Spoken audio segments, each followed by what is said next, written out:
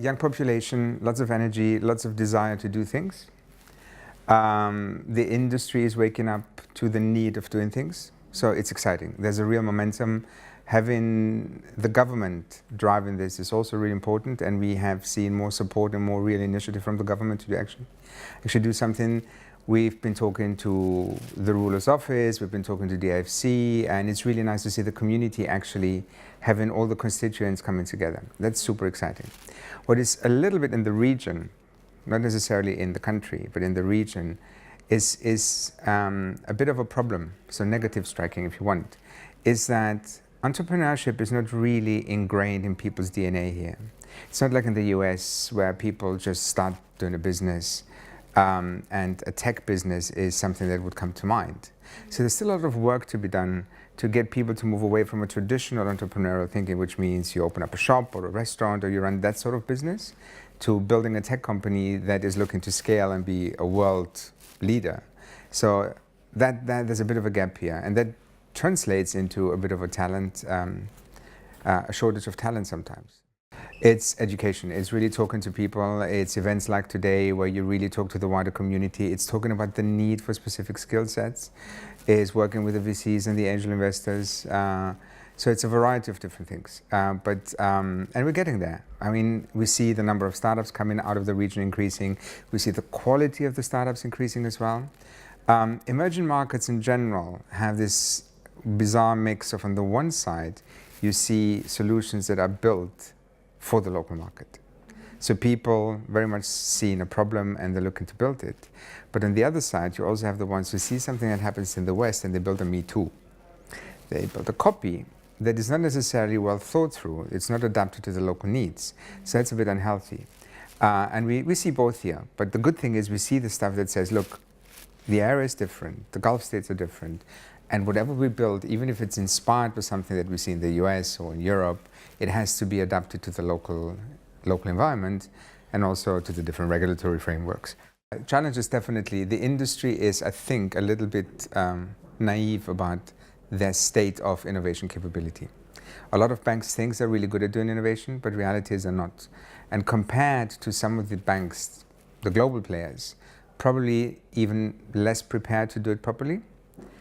So rather than actually looking at what the big banks have done, learning from the mistakes and trying to avoid them, we see the tendency to actually copy the mistakes because it seems to follow some sort of natural path that you have something, I don't know, people run hackathons, we need to run a hackathon. Why are you doing this? We don't know, but we need to run a hackathon. That sort of thinking, right? And that conversation actually happened. So it's not out of thin air, right? So that's a bit of a challenge, and that sometimes delays the process. The other one is how quickly the regulator or regulators will actually really understand their role in this.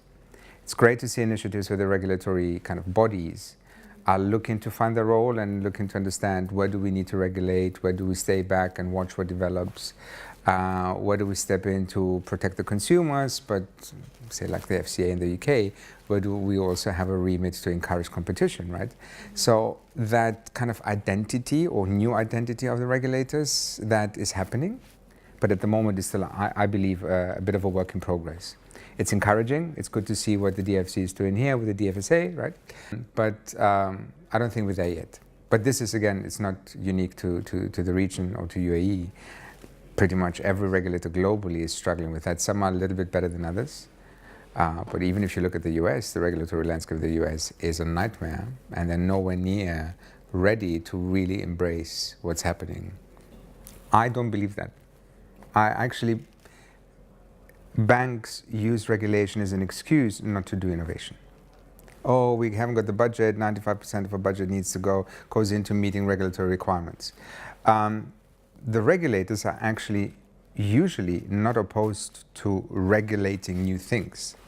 The FCA has been quite amazing to watch because they started with a market consultation, then they built Project Innovate that turned into the Innovation Hub. And they're very vocal saying, look, we haven't figured it all out, but at least we're doing steps towards that. And the startups, I don't know of a single startup who doesn't want to get regulated if this is necessary. Nobody's trying to bypass regulation. What startups want is a real chance to get through this without running out of money or without being stifled by some ridiculous demands that they will never be able to meet. So I'm getting a little bit frustrated, my favorite word, when I hear some people always saying that regulation is the problem. It's not. It's a necessary part, and usually most regulators are actually open to listen. But the lobbying that comes from the industry and the kind of the mechanics of the industry that work very closely with the regulators actually are sometimes, they work in the favor of the banks rather than in the favor of the startups. I think hopefully very soon we'll stop using that word because it has lost its meaning. Yes. In the last 5 years, there's so much noise around this that pretty much every word that comes up very quickly loses its meaning. It's been diluted, right? Incubators, accelerators, blah, blah. Nobody really has a definition. Investment series, rounds, used to have a very clearly defined kind of range of amounts. It's lost its meaning.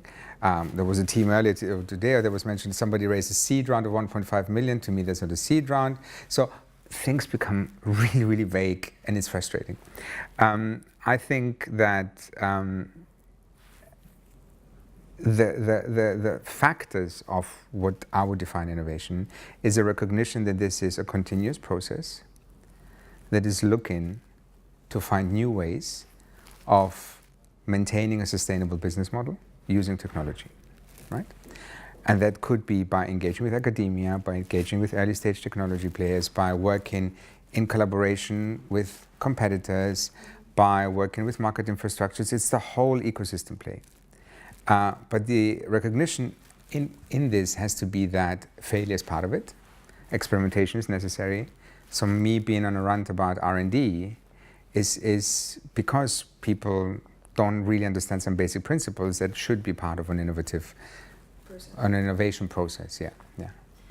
First of all, the homework about which business unit or line that you're looking at actually needs that external technology. So where do you actually have to work with external parties because you will never be able to catch up with the tech, or because you know already that the user experience built by external parties is better than what you will ever be able to do in the same time.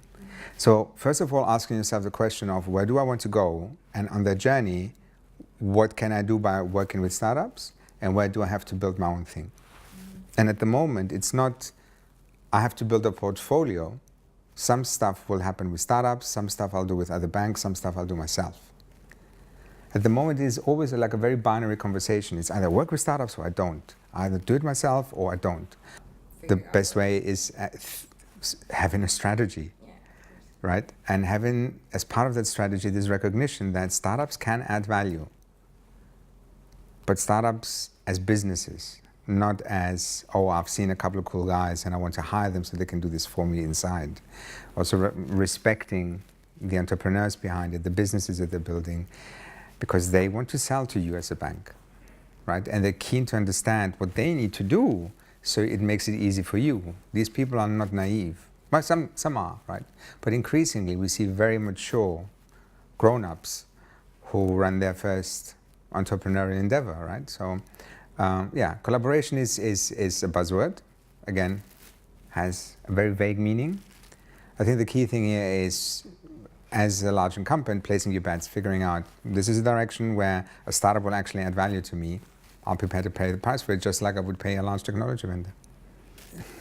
I'm always a little bit reluctant to say that because my point always is I can tell you anything, or I can give you the most amazing startup name, and if you as an organization still can't engage with it, it has absolutely no meaning. But let's play a little bit the buzzword bingo.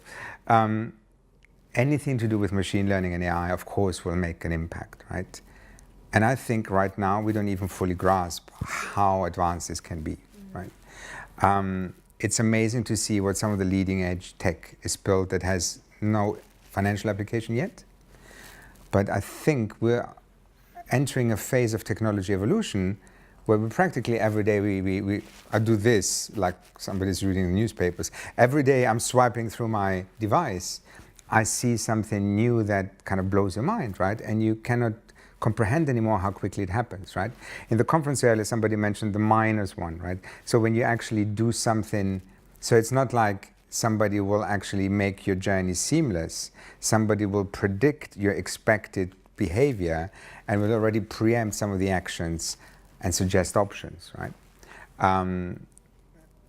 There was a piece in the news a couple of days ago saying, how comfortable would you be if Alexa tells you at home without you asking Alexa, well, normally at this time of the day, this is a program to watch, so let's switch the television on, right? So self-learning, deep learning is definitely one direction.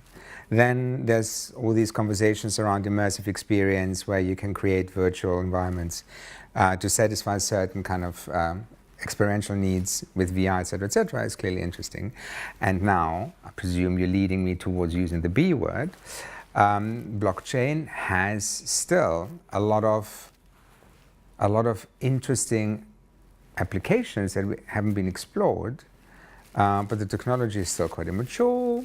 The scalability of it is not proven. Every sane person would say we need to continue figuring out how this works. And give it the time that it needs to mature and prove that it actually makes sense. But unfortunately, this environment is no longer filled with sane people, because a lot of people just ride the hype. And we were talking about this the other day, about how people go, blockchain has still not proven its worth. And you go, it takes longer for somebody in a large organization to get a promotion than the time you've given a blockchain startup to prove that the technology works. So why the impatience, right? This is not something that will happen overnight. But as a concept, fascinating. Would the most natural application of blockchain technology a distributed ledger be in financial services? Actually, maybe not. Maybe it's all about digital identity. Maybe it's about government to citizen interaction, right? So many different possibilities there. Excuse me. And the interesting thing I find is watching how some of the relevant industries are slowly waking up to this. So when you look at the big professional services firms that do auditing, that's an easy area where blockchain can actually eliminate a lot if done properly. If you look at the legal profession, right? But so far the consultants and the legal people, they've been sort of watching this, trying to figure out if this actually makes sense. And now you realize, oh my God, this is us. You better get running. So Magnifintech Seven is a really difficult to pronounce name. So every time I've been telling people that I'm coming here, it was like, come again? What is it? I love the format. I love the freedom you have as a speaker to actually use 40 minutes of your time and fill it with whatever you want. I think it's nice to see that the audience interacts. It's nice to see that the people who are talking are actually touching on points that people feel they have questions about. And I don't know if you've noticed, but sometimes people don't have questions, they just have opinions. Yeah. Which is not necessarily a bad thing, because it means that people are stimulated by something they hear and they want to add their perspective. Not everybody, but most. But it's a great format, and I think it's also good to start taking the debate that happens in other parts of the world and bringing it to UAE, right? Because right now, with everything that's happening with FinTech Hive, with the government initiatives, with the regulatory kind of progress that's been made, it's a good point to have that conversation and also be a little bit critical.